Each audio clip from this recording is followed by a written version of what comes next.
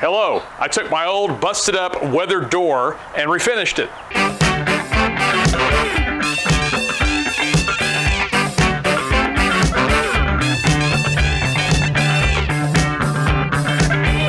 Because when people come out of the house, you want to make a good impression, unless they're trying to sell you something.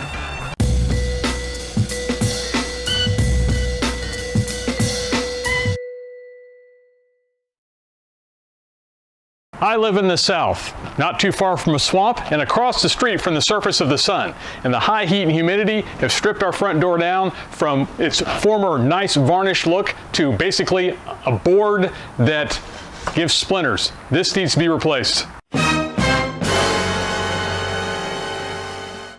The first step in removing this door is to take the hinges off. Oh, I already did that. It's important to have good shop help, and my wife was more than happy to help me move the busted old door into the shop. You may not have noticed, but she was wearing a Gilligan's Island shirt, demonstrating that proper shop attire is important.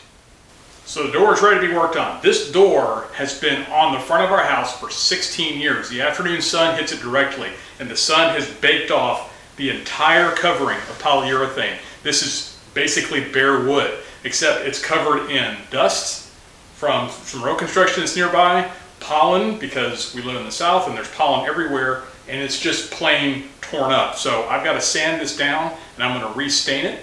Right after I remove the hardware, which I'll reuse later. The bottom door seal is another story. It is old and destroyed, so it will be replaced. Now that I have the door in the shop under good lighting, I can tell how far gone it is. This is in really bad shape, and it's going to take a lot of sanding and effort to bring this back into useful form. This effort is going to generate a lot of dust, so I'm putting on all my gear. And the mighty Fanboy air cleaner is set for 100% power. We're going to try to control the dust.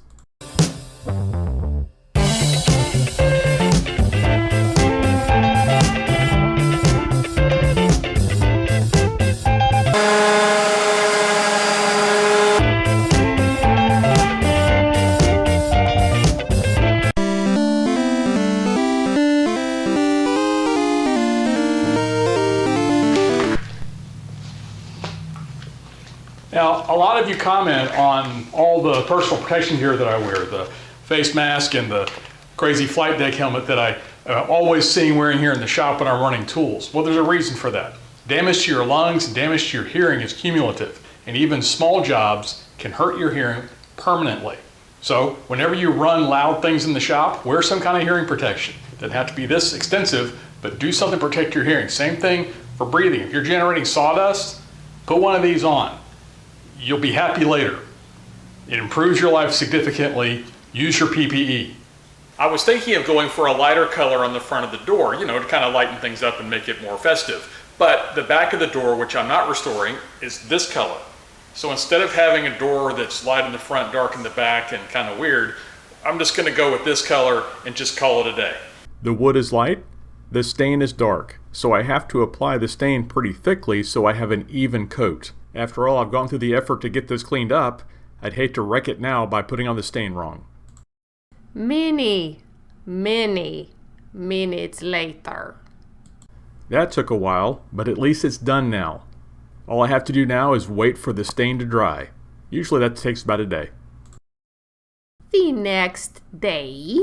Now the stain is done. Now it's time to put protectant on it. The reason I'm rehabbing this door is because UV light, heat, moisture, exposure, all the things that a front door gets destroyed the finish on this door before. So what I'm using to cover the stain is spar urethane. Spar urethane is UV resistant. It's designed to be used for exterior surfaces. There's water-based and oil-based. I like the oil-based for stuff that's going to be outside. I think it's a little more durable. It's a little thicker going on, but it's going to take 3 coats of this to adequately coat this door. So I'm going to put it on and sand it between each coat with 320 grit sandpaper so that it'll be smooth. But this is what makes this take a long time, because the dry time takes time, and we're humid here because we live in a swamp. So we're going to be doing this for a little while, but it's going to be worth it.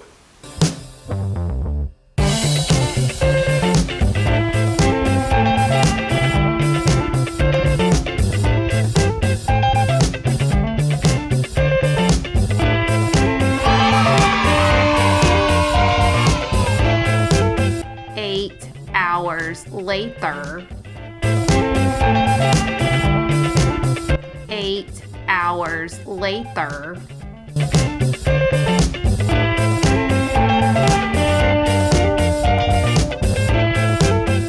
The next day.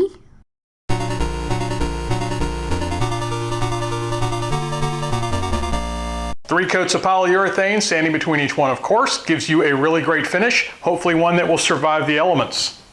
Now let's get the hinges and hardware on and put our door back on our house.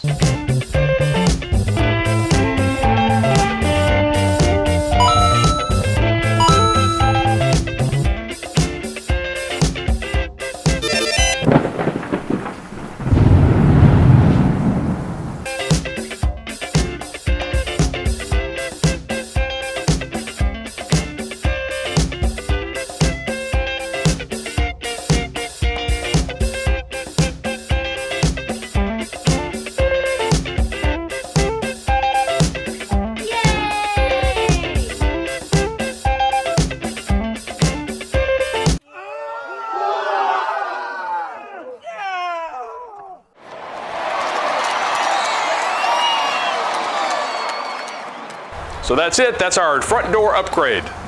Pretty simple, pretty straightforward, not expensive, but it takes a long time because you gotta wait for the polyurethane to dry and the stain to dry and stuff like that. And the fact that it kept raining while we were working on it extended our time a bit, but the end result is fantastic.